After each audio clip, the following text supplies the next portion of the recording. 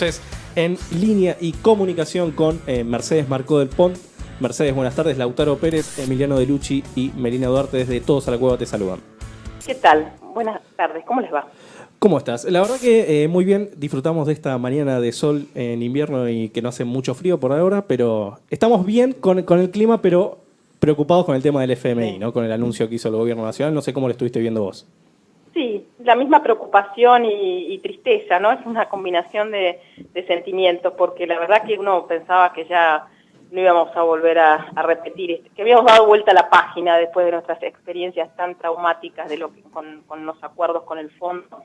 Y creo que, a ver, dos cosas. Preocupación porque sí, porque este es el mismo acuerdo de siempre, las mismas condicionalidades, el mismo ajuste que le reclaman a la Argentina, para que se beneficie quién, se benefician los trabajadores, se benefician los jubilados, se benefician las pymes, no. Esto protege a la inversión financiera, al capital especulativo, no a la economía real. Siempre ocurre eso, lamentablemente, con estos acuerdos que no son buenos y no van a resolver ninguno de los problemas que tiene la Argentina, que en muchos sentidos los creó el gobierno con sus decisiones de política, y todo lo contrario, creo que los va a profundizar. Entonces sí, es como para estar preocupados, porque, a ver, ¿qué nos espera? Cuando se habla de ajuste fiscal, no hay que ser demasiado ingenioso para saber que eso es más tarifazos, porque va a haber recorte de subsidios, es más parálisis de la economía, porque van a recortar muchísimo la inversión pública, van a recortar planteles de trabajadores del sector público, van a tratar de congelar salarios. Y además, nada se habla en este acuerdo de qué va a pasar con el crecimiento, nada se habla del desequilibrio externo, nada se habla de qué va a pasar con el mercado de trabajo. Es todo como siempre, ¿no? Estas son cosas que quedan subordinadas a un objetivo que no es el problema principal de los argentinos, el desequilibrio fiscal, ni tampoco la causa de la inflación, como insiste el gobierno y como insiste el fondo. Mercedes, ¿cómo es el tema de que... O sea, uno de los requerimientos del Fondo Monetario Internacional sería una mayor autonomía, ¿no? Como se habla normalmente, del Banco Central, en este caso encarada por Federico Sturzenegger. ¿Qué rol tiene que tener el Banco Central dentro de este contexto? Vos que fuiste justamente expresidente del Banco Central. Bueno, este reclamo de independencia es un reclamo histórico del neoliberalismo, ¿no? Que quieren que los bancos centrales estén al servicio, no de las políticas públicas, del crecimiento, sino al servicio del interés financiero, ¿sí? Que no se metan con los bancos, que liberen, como ha hecho este gobierno, liberar las condiciones de tasa de interés, del crédito, etcétera.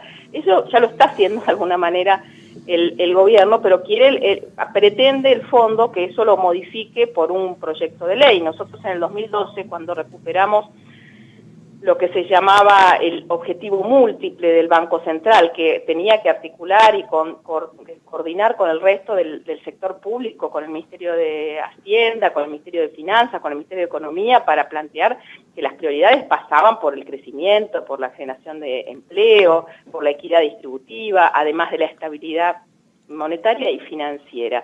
Ahora vienen con esta idea, que es volver a plantear que, bueno, que sea independiente del poder político, porque eso es lo que están pidiendo. No es muy democrático que digamos, porque al poder político se lo vota a los tecnócratas del Banco Central o a los mercados no los vota el pueblo argentino. Entonces creo que esto es preocupante y espero, y creo que la discusión tiene que ser muy fuerte de ahora en adelante con la dirigencia política, con los legisladores, que esto no pase por el Congreso, porque esto tiene que pasar por el Congreso de la Nación, ¿no?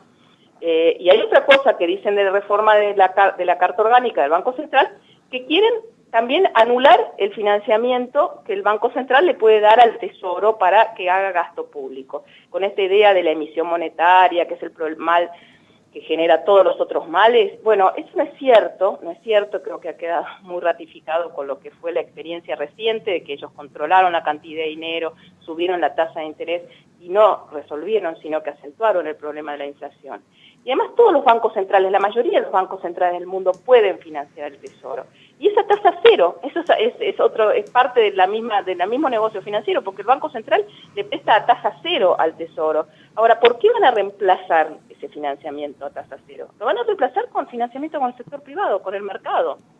precisamente no a tasa cero, ¿no? Entonces, esto también es preocupante porque nos van metiendo cada vez más en esta lógica perversa de depender de los mercados, de los mercados financieros, locales e internacionales, ¿no? Mercedes, circula la idea de que parte del préstamo se va a usar para desarmar la bola de nieve de las LEVACs. Quería preguntarte si eso efectivamente es posible, de qué manera la van a desarmar y si vale la pena realmente, utilizar al FMI para desarmar las LEVAC o si es pan para hoy y hambre para mañana. Sí, no es precisamente eso lo que están planteando. El fondo le ha dicho, mira, yo te voy a dar esta plata, pero para que garantices que a los acreedores externos le devuelvas lo que te prestaron. Primer punto, siempre hace el Fondo Monetario eso, ¿sí? Después lo que están diciendo es que van a darle al Tesoro una letra que va a ser en pesos, por lo cual el Tesoro va a salir a tomar deuda, ¿sí? Va a salir a tomar deuda para que se la va a pasar al Banco Central, el Banco Central se va a dar vuelta teóricamente y va a cancelar parte de las LEVACs. Pero lo que hay que pensar que hoy toda esta burbuja financiera no está solamente en torno a las LEVACs, ¿sí? Yo me pregunto qué, porque están las letes en dólares a corto plazo, están otros bonos del Tesoro, hay toda una gran burbuja con rendimientos muy, muy atractivos y jugosos que está ofreciendo hoy el sector público a los especuladores financieros. Entonces yo además me pregunto, ¿qué van a hacer los tenedores de esas LEVAC que se les cancelen con los pesos que se le den? ¿A dónde van a ir? ¿A otro título? ¿Qué tasa de interés le va a tener que ofrecer? ¿Sí? ¿O van a ir al dólar? ¿Sí? Y hoy en la Argentina está totalmente liberado. Cualquiera puede comprar los dólares que se le dé la gana para fugar de la Argentina. Entonces, este es el barril sin fondo, este es el círculo muy vicioso que uno advierte que se va a repetir la historia de siempre, que el fondo nos da plata, entra por una puerta y no se queda en la Argentina, sale por la otra puerta de la fuga de capitales. De hecho, cuando vemos toda la deuda que entró en lo que va del año, desde los 9.000 que colocó Caputo en enero, después de lo que colocó el Banco Central con el Banco de Basilea, después lo que volvió a colocar Caputo con estos famosos botes a un fondo de inversión, esos fueron 14.000 millones de dólares. ¿Están en las reservas? No, las reservas bajaron más de 10.000. ¿Y a dónde se fueron? Y a financiar la fuga y a financiar el desequilibrio externo. ¿Hay algo en lo que se escuchó del discurso oficial que hable del desequilibrio externo? ¿Ustedes escucharon? No, no se habla de eso. Lo único que dice el fondo es dejen flotar la moneda y que sea el mercado el que decide el nivel del dólar. Eso es una locura, es una locura.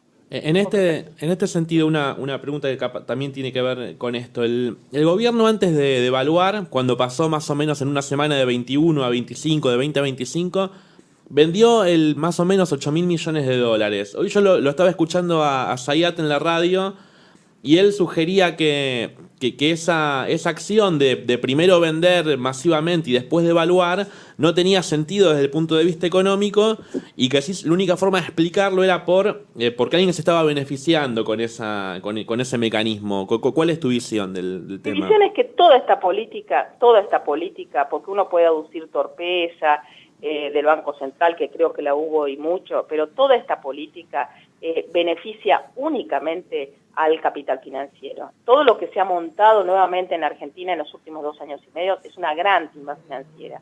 Y el Fondo Monetario viene a convalidar y darle un respirador artificial para que esto siga funcionando por lo menos un tiempito más y que no le explote antes de las elecciones, ¿no? Por eso yo creo que insisto con la cuestión política, porque uno recuerda lo que pasaba en el año 2000 y 2001, cuando estaba muy complicada la mano y venía y decía, bueno, no nos queda otro, y sentaban a los gobernadores, a los legisladores, decían, hay que votar el blindaje, hay que aceptar el blindaje, hay que aceptar el déficit cero, etcétera, porque si no se viene la noche y el precipicio. Y esto creo que aprendimos la lección, ¿no? Ahora no pueden venir a presionar y a extorsionar como van a hacer. Y hoy el fondo ayer salió a decir es necesario que la sociedad argentina acompañe este ajuste. Y creo que la sociedad argentina tiene la memoria fresca y no va a acompañar y no tenemos que acompañar ese ajuste. Nos van a desembolsar 15.000, ¿sí? Claro.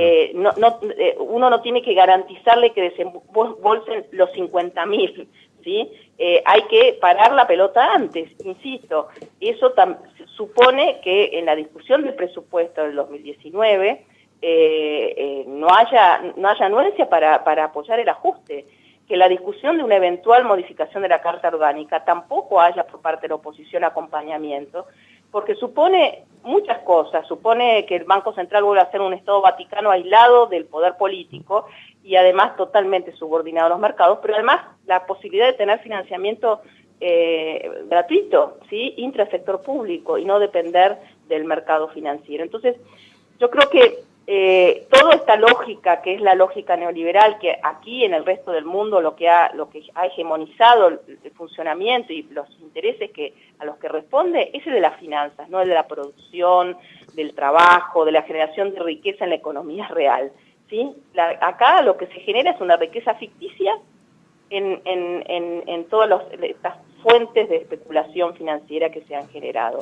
Y eso creo que es lo que, por eso es que no podemos pensar que nada bueno salga de este acuerdo y que bueno, que hay que confrontar. Me parece que eso es lo que nos queda, porque también es importante decir, hay otros caminos, quiero decir, de esto no estamos en un único camino, siempre en política hay posibilidades de hacer otra cosa. Ahora bien, significa desmontar muchas de las políticas que en muy poco tiempo nos llevaron a esa situación crítica, ¿no? Mercedes, mi nombre es Melina. Yo te quería hacer una pregunta justamente retomando lo político, lo que significa el acuerdo con el FMI con respecto a la soberanía nacional y cómo condiciona al próximo gobierno, que ahora en este caso ya no sabemos de qué signo va a ser, porque bueno, justamente sí, quizás estaba más o menos claro que en 2019, al menos, ¿qué es lo que vos pensás que puede pasar con respecto a la política? Bueno, yo creo que, a ver, está bueno lo que decís, porque efectivamente el gobierno no está tomando un crédito stand-by a 1 año y medio, diciendo, bueno, a fines del 2019 nos sentamos y volvemos a hablar. No, está tomando un stand-by a 3 años, y eso compromete, aparte, son metas al 2021, al parte del próximo gobierno. Eso la oposición tendría que estar planteándolo. Y con desembolsos que ahora van a ser 15.000, y después decir, bueno, a ver cómo te estás portando. ¿Hiciste la tarea? ¿Flexibilizaste el mercado del trabajo? ¿Ajustaste lo suficiente? Frente a eso hay que reaccionar, porque si no nos deja la cancha muy marcada para hacer otra cosa, ¿no? Si uno termina endeudado en más de 15.000, 20.000, 30.000, de acuerdo a lo que sean los desembolsos, pero además con una serie de compromisos que sabemos que van a ahogar a la economía real, a la economía productiva, al mercado de trabajo. Entonces, me parece que desde lo político hay que estar muy atentos para que, insisto, no nos dejemos presionar o psicopatear, que decir, bueno, si no aprobamos esto no viene el próximo desembolso. Bueno, que no venga el próximo desembolso y el gobierno cambie sus políticas dentro de lo que es posible, porque este gobierno es un gobierno neoliberal y que vino a hacer esto, que ya conocemos cómo terminan estas políticas, pero por lo menos tratar de que se minimice las condicionalidades que le van a dejar al próximo gobierno, ¿no? Mercedes, como para ya ir cerrando, el principal argumento del gobierno es el tema de, cambió en un principio, hablaba de la inflación y ahora habla ya del déficit fiscal directamente. ¿El problema que tiene hoy el país es solamente externo con respecto a la balanza comercial o hay algún problema interno que se pueda ir solucionando de alguna manera? No, claro, el problema externo es el que condiciona todo el resto de los equilibrios macroeconómicos, porque lo cierto es que cuando terminó el gobierno anterior ya parecía que había un problema de insuficiencia de dólares y que eso había que abordarlo y había que ir a buscar ahorro externo para financiar el crecimiento económico, la inversión. Lo que hizo este gobierno, como hizo en la dictadura Martínez de Oso, como hizo Cavallo en la década de los 90, es de un día para el otro abrir al libre juego ingreso y salida de capitales especulativos, de regular la tasa de interés, de regular el mercado de cambios, la salida exitosa del cepo, que ustedes recuerdan que la festejaban, y en realidad fue la contracara de esa salida exitosa, no es que entraran más dólares de inversión, es que se fueran más dólares y nos endeudáramos y además habilitara una fuerte devaluación de nuestra moneda. Entonces, si todo este conjunto de situaciones no se modifican, la verdad es que lo que va a seguir guiando el desenlace o no de la crisis es el sector externo. Porque el gobierno, vos bien decís, pone el énfasis en el déficit fiscal y dice que el déficit fiscal es el problema que genera inflación. Y no es eso. Este gobierno, al desatender el problema externo y al habilitar la devaluación, promovió la inflación. Porque cuando uno mira la historia de la Argentina y la historia más reciente de este gobierno, la principal causa de aceleración inflacionaria fue la devaluación. Después vino el tarifazo también. Entonces, si ellos no van a tener gobernabilidad sobre el tipo de cambio, sobre el dólar, porque el fondo y el gobierno dice que lo decide el mercado, ¿qué va a pasar con la inflación? ¿Realmente podemos pensar que vamos a converger hacia una menor inflación? Ahora, si el Fondo Monetario nos presta y no le dice al gobierno, bueno, pero tenés que controlar la fuga, se lo podría decir, porque en el estatuto del fondo está previsto que haya controles de capital, pero no se lo dice. Entonces, nuevamente lo que estamos viendo es que vamos a tomar deuda para que un grupo muy pequeño de empresas y sectores con capacidad de ahorro tomen esos dólares y los fuguen fuera del proceso de acumulación y distribución de la riqueza en nuestro país. Y eso es lo que preocupa enormemente. Y por eso preocupan las condiciones que deje hacia adelante y por eso hay que tratar de reducir, minimizar esas condicionalidades y la cancha marcada que nos van a dejar, pero también saber que se puede hacer otra cosa, ¿no? Porque si no genera una desazón brutal en la población, ¿no? No es este el único camino como quiere plantear el gobierno. No es una buena noticia este acuerdo con el fondo, es una manifestación del fracaso. Y no es bueno para el conjunto de los trabajadores, de la producción, de la industria, del mercado interno, este acuerdo, sino que lamentablemente va a traer una etapa recesiva con mayores problemas de empleo y inevitablemente una mayor conflictividad social, ¿no?